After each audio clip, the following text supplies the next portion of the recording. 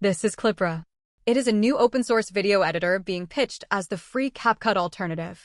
The promise is simple: no watermark, native desktop performance, and a real timeline instead of a cloud subscription trap. But I do not want to make a hype video off one tweet.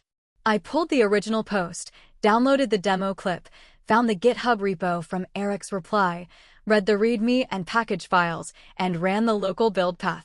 Here is what is real today, what is still early, and whether Clypra is worth watching.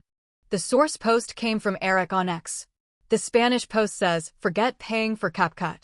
I found Clypra, a 100% open-source video editor that gives you CapCut-style premium features for free, without watermarks and with native performance. The post says it is built with Tauri, React, TypeScript, and FFmpeg. It also lists a professional multi-track timeline, frame-accurate editing, real-time audio visualization, film strip and ruler support, common video formats, and a modern dark UI. That is a strong hook. It also means the proof bar is high. If you claim CapCut alternative, viewers need to see a real editor, a real timeline, and a real export path, not just a nice README. The GitHub repo is aieradev/Clypra. It is public, MIT licensed, and the default branch is master. At review time, the public API showed 241 stars, 26 forks, and 0 open issues. The repo was created on April 26, 2026, and it was still being pushed on May 7th. That matters because this is not an old abandoned experiment. It is also not mature software yet. The README says screenshots are coming soon. The changelog says version 0.1.0 included basic video editing, timeline interface, video trimming and export, waveform visualization, film strip preview, and multi-track support. The unreleased section adds media import fixes and a rebrand from Cairo Editor to Clypra. So the honest framing is early, active, and real, but not yet something I would call a finished CapCut replacement. Now look at the actual demo clip. The first useful beat is the empty Clypra project. The app opens in a dark desktop interface with an untitled project, an import media button, a preview canvas, a properties panel, and an empty timeline. That alone is useful proof because it shows the editor is not just a landing page. Then the media bin fills with screenshots and clips. Several thumbnails show an added label, which means the assets have been placed into the timeline. The preview is a vertical composition, so the app is clearly thinking about short-form video layouts. The timeline has multiple clips with visible thumbnails, file names, durations, and a playhead.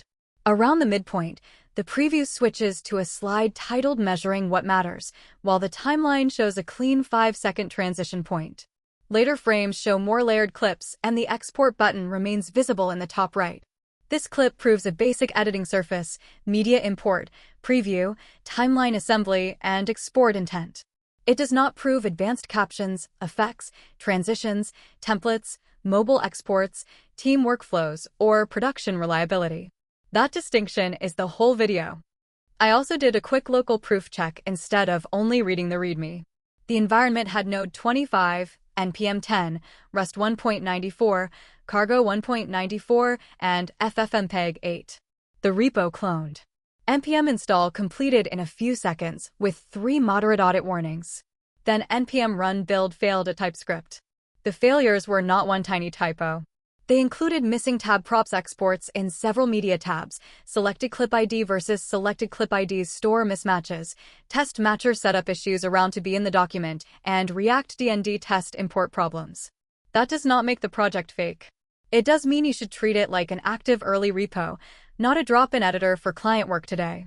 If I were making the next video, I would do a clean install tutorial and fix the first compile blockers on screen.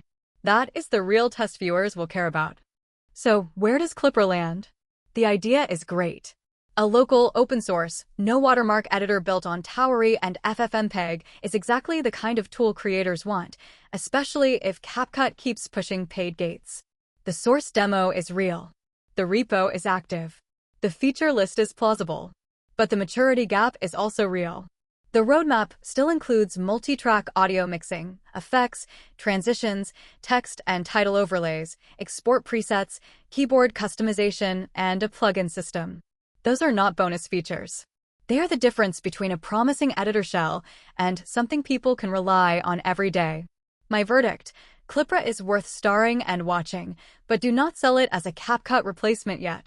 Sell it as an open-source editor with the right architecture and early momentum. If you want the follow-up, I will start from a clean clone, install every dependency, fix the first failure, and try to export a real short from Clypra. Links are in the description, Eric's original post, the Clypra GitHub repo, and the install notes. If you hit an error, paste the 5 to 10 lines above the final error, not just the last line. And if you want more open-source AI and creator tool breakdowns with the hype separated from the proof, subscribe to TechWealth Hub.